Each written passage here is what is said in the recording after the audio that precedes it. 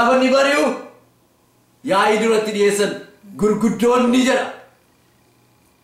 Gurguddoonni lakkoofsa irratti lafti bariinaan gurguddoonni Yihuudootaa fi maanguddoon barsiisonni seeraa Yerusaalemitti walitti qabamanii yaa'ii taa'anii warri isaanii hiisisanii yaa'ii taa'an yaa'ii sana fuulduratti fidanii dhiyeessanii gaafa lafi bari'u. Gaaffiin isaanii kana ture. Humna maaliitiin? Maqaa eenyuutiin kana gootan? Haleluuyaa! Maqichi maqaa Yesuus. Haleluuyaa! Eeyyamichi Yesuus biraa ba'e. Haleluuyaa! Humna maaliitiin maqaa eenyuutiin kana gootan ittiin jedhu turan. Ameen.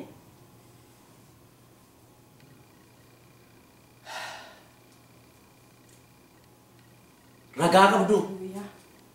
Waraqaa eenyummaa qabdu. Waraqaa eeyyamaa jechuudha. Waraqaa eeyyamaa qabdu. Qayaafaa biraa. Haanaa biraa.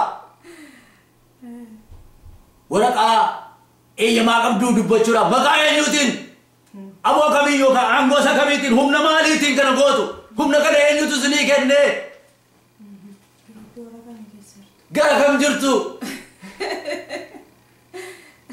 Wanta Phaawulos Qorontoos isa lammaffaa keessatti dubbatanii yaadachiisa iddoon kun dubbichan isinitti hima.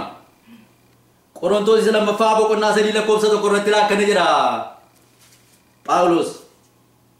Ammas keessa deebinee ofii keenyaaf dubbachuu jalqabnaare yookiis akka namoota tokko caaffatanuuf dubbatu gara keessanitti fiduu yookiis isin biraa argachuun barbaachisaare jedha ture Phaawulos warra Qorontoosin. Warra gara keessanitti fidachuu yookaan immoo isin biraa argachuun barbaachisaare jedha. Galaatiyaa boqonnaa 1 lakkoofsa 12 irratti immoo ani wangeelicha isaan argadde Yesuus biraan argadde nama qaawwaa. Ani wangeelicha Yesuus biraan argadde. Haleluuyaa. Ameen. Isan Yesuus biraan argadde sanan lallabattiin jala ture maqaan gooftaan galateeffamee yaa ta'u. Ani Yesuus biraan argadde namnis nan barsiisneera Phaawulos. Haleluuyaa. Yesuustu barsiise. Yesuustu isa barsiise laagaasa kana eeyyama maaliitiin humna maaliitiin ittiin jedhu turanii. Ennaan Phexros akkana jedhe. Phexros yemmuu seera gara dubbii keenyaatti isin deebisa gaa. Phexros yemmus hafuura qulqulluudhaan guutame. Haleluuyaa! Humnaan guutame. Hafuura qulqulluun guutamuun humnaan guutamuun humna Waaqayyoo. Haleluuyaa! Humnaan guutame isin gurguddoota biyyaa maanguddootaas kan taatan amma gochaa gaarii namicha naafa ture kanaaf godhame akka inni itti fayyees hin gaafatamne erga ta'e namichi amma fayyaa ta'ee isin dura dhaabbatu kun maqaa Yesuus Kiristoos nama Naazreet. Maqaa Yesuus Kiristoos nama Naazreetiin akka fayyee isin hundumti keessan beekaa jedha. Ameen. Maqaa Kiristoosiin fayyee maqaa Yesuusiitiin fayyee kan gaafatamna ta'e. Maqaa isa kam jettanii? Humna isa kamiin jettanii? Humnichi maqichi maqaa Yesuusii. Haleluuyaa. Maqaa kanaatiin kan inni fayyifame. Israa'el hundinuu kana habeeku. Har'a namni biyya lafaa hundumtuu kana habeeku jenna maqaa Waaqayyoon galateeffamee haa ta'u. Foon kan fayyisuu danda'u, lubbuu kan fayyisuu danda'u maqaa Kiristoos Yesuus duwwaadha. Humna isa keessa jiru duwwaadha. Ameen. Fayyinni Yesuus Kiristoos duwwaadhaan malee kan biraatiin tokkollee hin jiru jedha achumatti itti fufee Phexros. Maqaan kan biraa ittiin fayyuun kan nuuf ta'u Waaqa jala ilmaan namootaaf hin kennamne only one.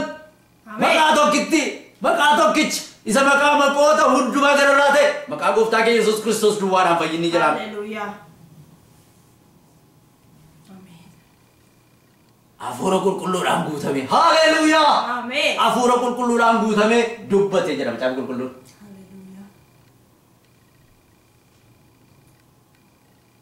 Achiti warri yaa'ii sana Phexrosii fi Yohaannisiin ija jabinaan akka dubbatan yommuu caqasan barumsa dheeraa hin qaban. Jarri kun kan hin beekamne lakkoofsa 13 irra boqonnaa 4 lakkoofsa 13 barumsa dheeraa akka hin qabne kan hin beekamne akka ta'an hubatanii hin dinqifatan. Maal jarri kun isaan hin beeknu namni isaan beeku hin jiru. barumsan qaban haa ta'u iyyuu malee jarreen kun Yesuusii wajjin akka turan isaaniif gale haleluuyaa dubbiin sun kan isaaniif kenname humni sun kan isaaniif kenname Yesuus biraa akka ta'e hubatan. Ameen. Yesuusiin immoo barbaadan kanaaf isaaniinis hin barbaadan jechuudha. Yesuusiin waan hin barbaanneef Yesuusiin waan balleessaniif isaaniinis balleessuudhaaf dhamuu turan. Kanarratti gaa lakkoofsa 18 isa silaattis hin deebisna gaa. Ijoon dubbii keenya har'a lakkoofsa 18 amma 20 isa yeroo kan waaqayyoo dhaga'urra kan keessan dhaga'u wayyaa meesnumti murteessa. Ameen. Waa'ee macaafaa beekna jettu waa'ee waaqayyoo beekna jettu kan keessan dhaga'u moo kan waaqayyoo dhaga'utu caalaatti jedha. Meesnumti faradaa nuyi garuu ofii keenyaa kan arginee fi kan dhageenye himuu dhiisuu hin dandeenyu. Hin dandeenyu nun dandeessisu. Ameen. Ermiyaas raajichi nanni isan jedhee hin ture jedhee yeroo inni ture in argina raajii Ermiyaas keessatti nan isa waa'ee waaqayyoo kana lammatan dubbadhu jennaan yaadeenna nan dadhabee hin danda'u maaliif na keessa lixeera abdichi. Haleluuyaa.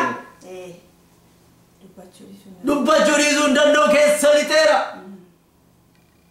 Hafuurri qulqulluu keessa lixeera. Phexros fa'aa dubbachuu dhiisuu hin danda'a. Ameen. Waan argine waan dandeenye waan nageenye dubbachuu dhiisuu hin dandeenye. Nun dandeessisu yaa sabaranaa dhaggeeffadhaatti hin jedhan. Yaa gurguddootaa dhaggeeffadhaa hin dandeenyu dhiisuu. Kanaan namni yaa'ichi garuu ittuma caalchisee isaan sodaachisee jedha. Isaan sodaachisuun hafuura qulqulluudhaan waan guutamaniif humnaan waan guutamaniif haleluuyaa sodaachisuun sun maallee ittiin fakkaatu ture. Ameen. Itti fufanii ma lallabu turan maqaan gooftaa kan galateeffamee haa ta'u. Itti fufanii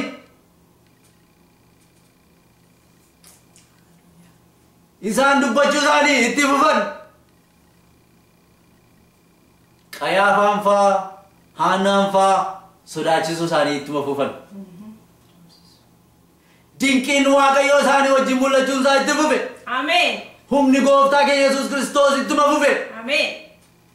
Boqonnaa 5 yoo ilaaltan dinqii gurguddaan yeroo ta'u dhukkubsatoota hin fiduu isaanis hin fayyifamu hafuura hamaadhaan qaqqabaman hin dhufu isaanis hin keessaa baafamu haleluuyaa hafuurri hamaan hafuurri seexanaa keessaa baafama. Ameen. Dhukkubsataanis hin fayya ture. Dinqii gurguddaan isaan biratti hin taa'a ture. Isaanis doorsisuu isaanii ittuma fufuu turani. Boqonnaa 5 irratti lakkoofsa 16 nan dubbisa. Mandaroota naannaa Yerusaalemii namoonni danuun dhukkubsatootaa fi warra hafuuronni hamaan rakkisan fidanii dhufu. Warri geeffaman hundi hin fayyifamu turan maqaa waaqayyoon galateeffamee haa ta'u. Ameen. Maaltu fayyisa ture? Humna maqicha keessa jiru. Yes. Humna maqaa Yesuus keessa jirutu fayyisa ture. Haleluuyaa. Lakkoofsa 17 irratti hangafni lubootaa garuu garee saaduqootaa keessaa warra isaan gargaaranii wajjin hinaaffaan isaan keessa guute. Hangafoonni lubootaa yoo yeroo sanatti Haanaa Abbiyyuun isaa isa fuuldura ture. Waggaa muraasa fuuldura isa ture Qayaafaan inni dabarsee gooftaa keenya Yesuus Kiristoos kennisiise fa'i. Har'as Haanaan fa'i yeroo kanatti immoo kan ta'aa jiru. Hinaaffaan guutaman warra saaduqootaa wajjin warra du'aa ka'uun dhaga'uun barbaanne waa'ee du'aa ka'uu dhaga'uun barbaanne warra saaduqootaa wajjin walii galan irratti. Warra walii isaaniif waliin taanetu walii isaanii ijoollee waaqayyoo irratti walii galu turan. Kanaatiif maal jedhanii mana hidhaatti galfamanii jedhan ammas.